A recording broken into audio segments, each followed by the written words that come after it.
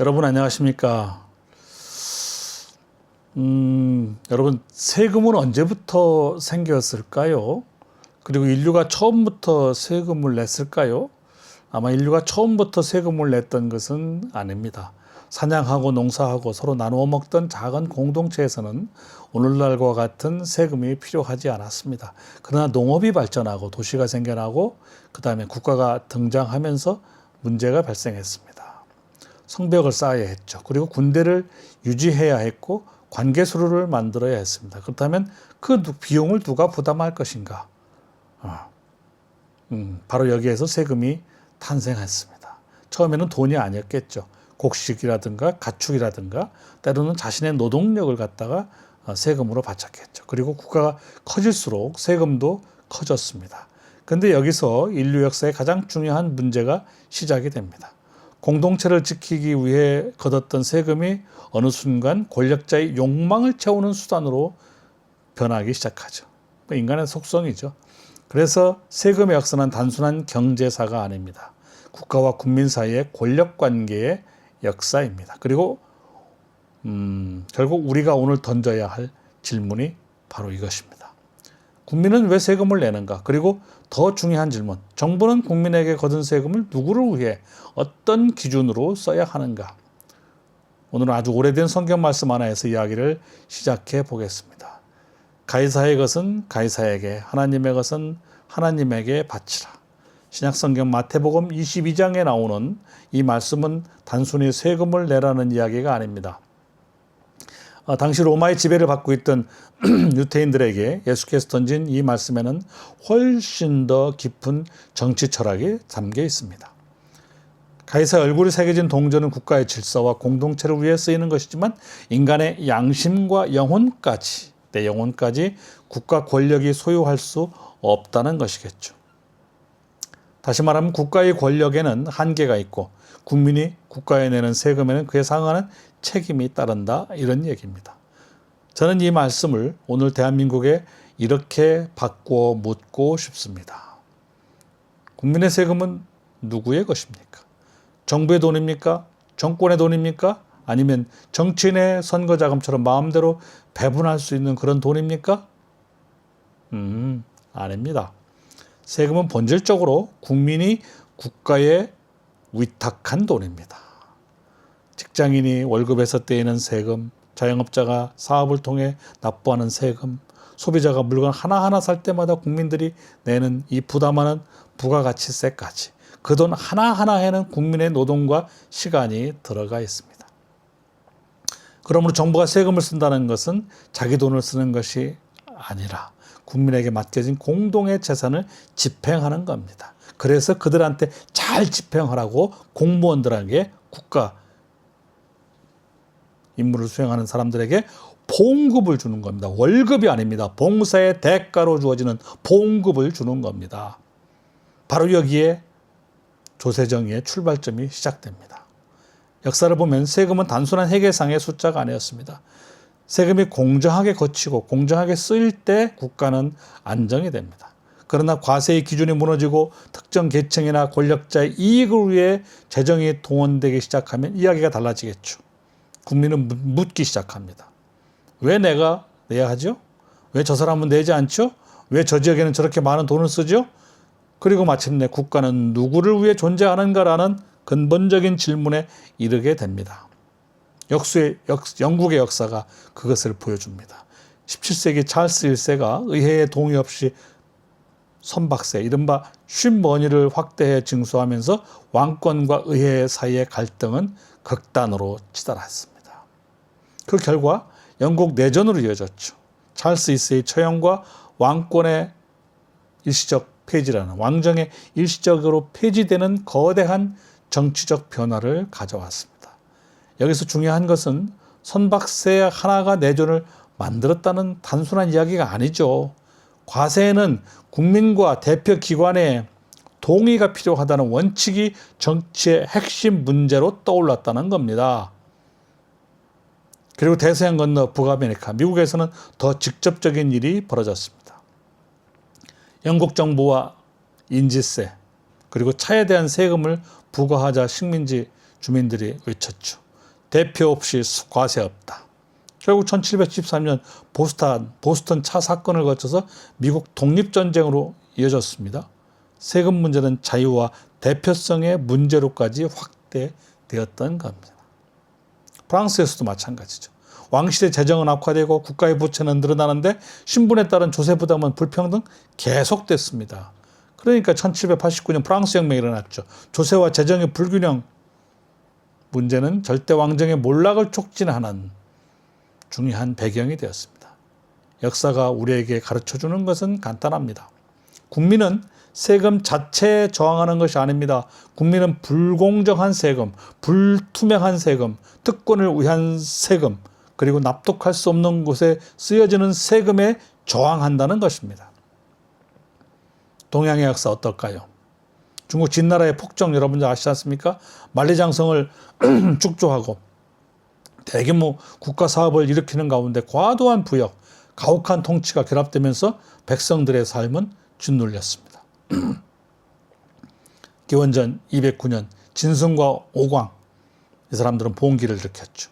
결국 거대한 반란의 불씨가 되었고 이 진나라는 중국을 통일한 지 불과 15년 만에 무너지고 말았습니다. 당나라는 어땠습니까? 당나라 말기에 황소연왕도 마찬가지 아닙니까? 국가 재정이 압박되면서 소금을 40배나 튀겨가지고 판매하는 등 이런 각종 부담이 백성들의 삶을 옥죄면서 사회적 불만이 폭발했던 겁니다. 조선의 역사 역시 우리에게 뼈아픈 교훈을 남겼습니다. 1862년 진주에서 시작된 농민봉기, 전국적인 임술농민 봉기로 확대됐습니다. 그리고 1894년 동학농민혁명에서는 어땠습니까? 고부 군수가 만세부의 물세, 수세를 걷질 않나, 탐과 놀이의 이런 그 수탈, 이런 거에 대한 분노가 거대한 민중으로 폭발했지 않습니까? 여기서 우리는 한 가지 중요한 사실을 발견하게 됩니다. 국민은요, 가난하기 때문에 분노하는 것이 아닙니다. 나보다 더 가진 사람이 있다는 사실 때문에 분노하는 것도 아닙니다. 국민은 공정하지 않다고 느낄 때 분노합니다. 그렇다면 오늘 대한민국은 어떻습니까? 대한민국은 세계가 부러워하는 산업화를 이루었습니다. 민주주의를 발전시켰습니다. 국민의 세금으로 도로와 철도를 놓고 항만과 공항을 만들고 교육과 국방과 복지체계를 발전시켜 왔습니다. 따라서 지역 발전을 위한 국가의 재정 투입 자체를 문제 삼는 경우도 없습니다. 삼아서도 안 됩니다. 호남이 됐든 영남이 됐든 충청이 됐든 수도권이 됐든 국가적으로 필요한 사업이라면 정부가 반드시 투자를 해야 하겠죠. 문제는 어떤 지역에 돈을 쓰느냐가 아닙니다. 왜 그곳에 써야 하는가를 국민들에게 상세하게 설명할 수 있어야 한다는 겁니다. 반도체 산업을 육성한다면 당연히 해야 하죠. 첨단 산업을 유치하고 국가 경쟁력을 높이는 일도 반드시 필요합니다. 그러나 수십조 원, 수백조 원 들어가는 이 국가 사업이라면 더욱더 냉정하게 보아야 합니다. 시장성이 있는가? 실제로 기업이 들어올 수 있는가? 전력과 용수는 확보되었는가? 인력은 충분한가? 물류와 교통은 경쟁력이 있는가? 국가 전체의 산업 생태계와 연결되어 있는가?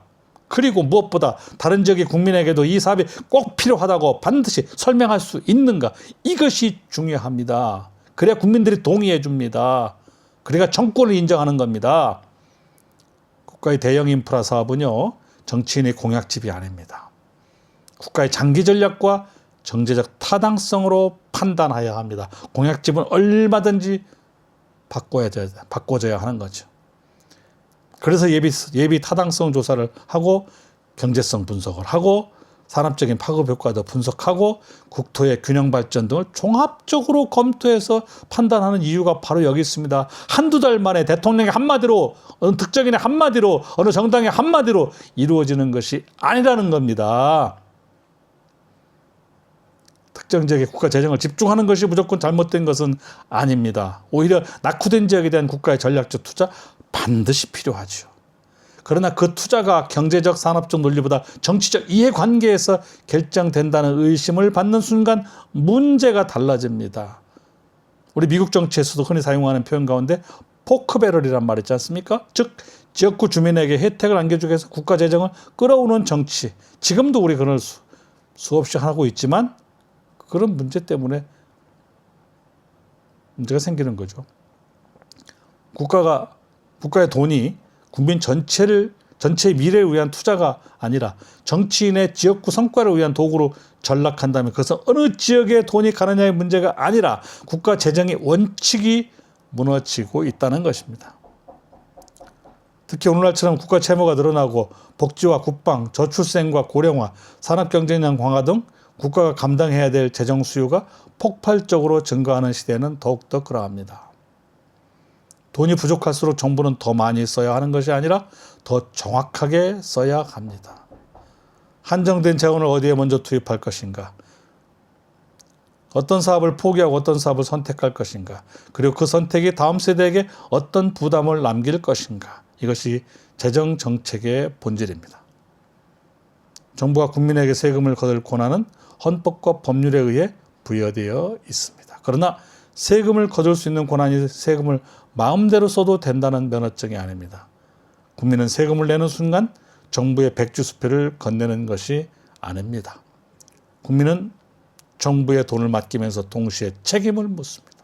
왜 거뒀습니까? 왜 이곳에 썼습니까? 얼마나 효과가 있었습니까? 실패하면 누가 책임집니까? 이 질문에 정부가 답할 수 있어야 합니다. 중국 고전에 이런 말이 있습니다. 창고가 차야 예절을 알고 먹고 입는 것이 좋게야 영역을 안다고 했습니다. 쌀떡에서 인정이 나는 겁니다. 백성의 삶이 안정되지 않으면 국가의 질서도 오래 유지될 수 없다는 뜻입니다. 국가 재정도 마찬가지입니다. 국민의 삶이 어려운데 정부가 보여주기식 사업에 돈을 쓴다면 국민은 박수를 보내지 않습니다. 반대로 당장은 눈에 띄지 않더라도 산업의 경쟁력을 높이고 청년들의 일자리를 만들고 국가 안보를 강화하고 미래 세대의 부담을 줄이는 데 돈을 쓴다면 국민은 기꺼이 그 필요성에 대해 이해하고 박수를 보낼 것입니다. 결국 중요한 것은 돈의 액수가 아니라 돈을 쓰는 원칙이겠죠. 저는 오늘 가이사의 것은 가이사에게라는 말씀을 다시 한번 생각해 봅니다. 가이사의 동전에는 가이사의 얼굴에 찍혀 있지 않습니다. 가이사의 동전에는 가이사의 얼굴에 찍혀 있죠. 그러나 오늘 우리가 정부에 내는 세금에는 대통령의 얼굴이 없습니다. 국회의원의 얼굴도 없습니다. 어느 정당의 얼굴도 찍혀 있지 않습니다. 그곳에는 국민들이 낸 땀과 국민들이 흘린 땀과 노동이 찍혀 있을 뿐입니다. 그리고 그 돈에는 아직 태어나지도 않은 우리 아이들의 미래까지도 들어 있습니다.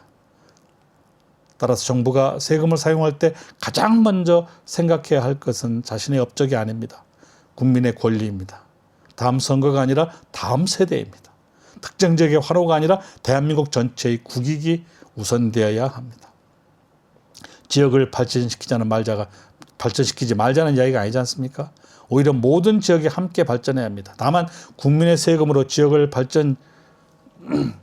발전시킨다면 정치적 선물이 아니라 국가적 투자여야 한다는 것입니다.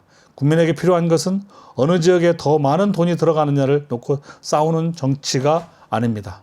국민에게 필요한 것은 어느 지역에 돈이 들어가더라도 왜 필요한지, 얼마나 필요한지, 누가 책임질 것인지 투명하게 설명하는 정부입니다.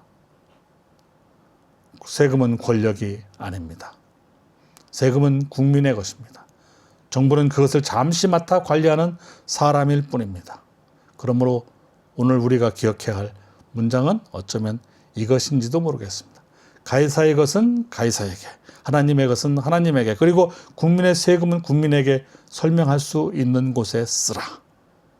국민의 돈을 국민을 위해 쓰는 것. 공정한 기준으로 걷고 투명한 원칙으로 쓰고 결과에 대해 책임지는 것. 그것이 조세 정의이고 그것이 민주공화국의 재정 윤리입니다. 역사는 우리에게 반복해서 경고합니다. 세금은 국가를 세우는 기둥이 될 수도 있지만 공정성을 잃는 순간 정권과 국가를 흔드는 폭약이 될 수도 있습니다. 대한민국이 그 역사의 교훈을 잊지 않기를 바랍니다.